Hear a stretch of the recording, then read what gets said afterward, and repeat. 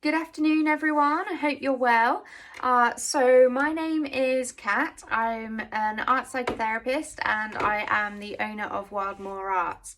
Now, I promised you that I was going to do a live today, but my internet has gone out completely, so I can't do a live. However, I am going to do a video and then I can upload that hopefully. So there will still be something today. So today is the beginning of Mental Health Awareness Week, and I kind of felt like it was really important to mark that in some way. So I'm going to share with you two little mini activities which you can do when you feel anxious, when you feel stressed, when you simply want to reconnect with yourself, kind of touch base with your breathing, how you're feeling, and things like that. So they're both really easy activities. You don't need to have loads of kit. I am using a biro, hopefully, and a piece of paper. And that is it. Now, you could use the back of a receipt if you are out shopping. You could use a notepad, a journal. You could also have a sketchbook that you might do this in. I mean, it's entirely up to you. And you really do only need a pen.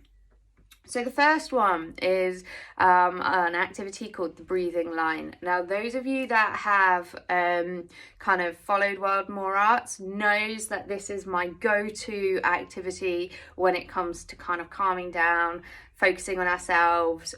It's almost kind of meditative and can take you to a really calm, gentle place. So it's really simple. You just think about your breathing and just allow yourself to breathe. And then when you breathe in, you draw a line up, and when you breathe out, you draw a line down. Now, to start with, your lines are going to follow your breathing. So try not to kind of control your breathing at this point.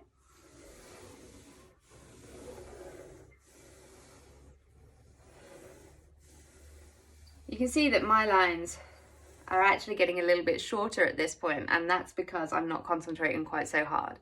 I'm just relaxing into it and allowing my lines to follow my breathing.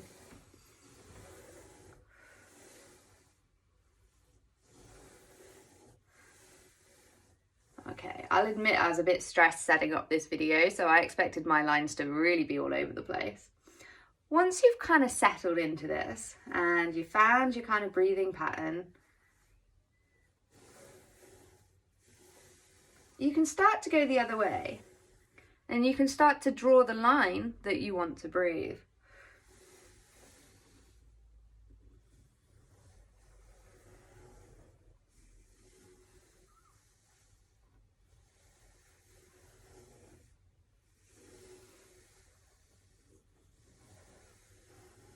Okay, so I'm feeling kind of calm. I think I was calming myself down a little bit there.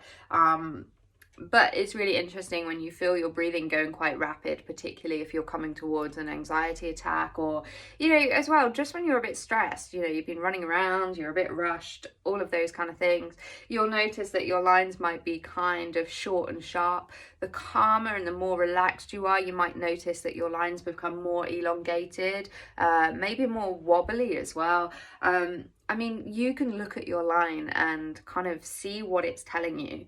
And you'll get to know a little bit about what place you're at based on your line.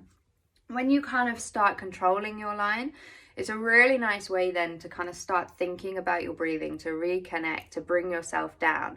You're focusing on your line and not on yourself. So you are kind of connecting and distracting yourself from what might be stressing you out. But at the same time, you are kind of correcting your rhythm. You're correcting your breathing, which is going to help with your pulse, which is kind of going to bring down all of those kind of adrenaline, anxiety, kind of rushing through your body. So, I mean, I could get really scientific. I'm not going to. But yeah, so you can kind of bring yourself in, recenter yourself just by doing this one very quick activity. So this is one of my favorite activities for that reason. If you ever do any workshops with me, you know that I will start the workshop off with an activity like this. It's just a really, really good one. So that's number one. Activity number 2. Now, this is a new one. I haven't done this with anybody on this page yet, I don't think. So this is going to be interesting, and we're going to see if I can explain it whilst doing it. So not the easiest. So this activity is kind of about that circle of safety mixed in with a little bit of mandala creation. Okay, so we're going to start by just drawing your circle. Okay, so what we're going to do is we are going to pull safe thoughts into our circle, and we're going to push the difficult, the painful, the negative thoughts out of our circle.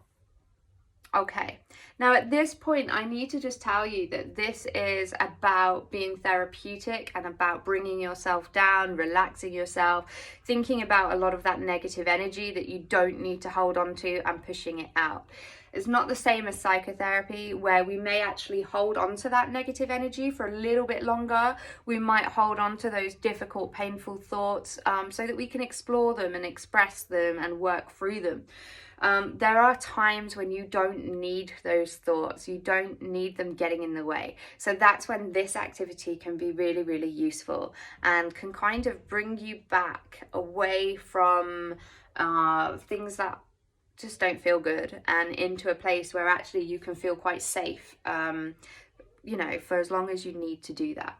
So again, you know, we're going to bring our safe, comforting thoughts in, and we're going to push some of those thoughts out. Now again, you can use this as a breathing exercise as well. As we bring in those safe, comforting thoughts, we're going to take a deep breath in. I've breathed in too much, I can't do that. But we would normally take a deep breath in. Okay. And we're going to push it out, all that negativity, and then take it in. Now, when I say negativity, I don't mean that in a kind of bad way. You know, those painful, difficult, negative, upsetting kind of thoughts, feelings, they're important and they're telling us something, and they're an important message. You know, we are not discounting them. We're acknowledging them as we send them out, because we don't need them now.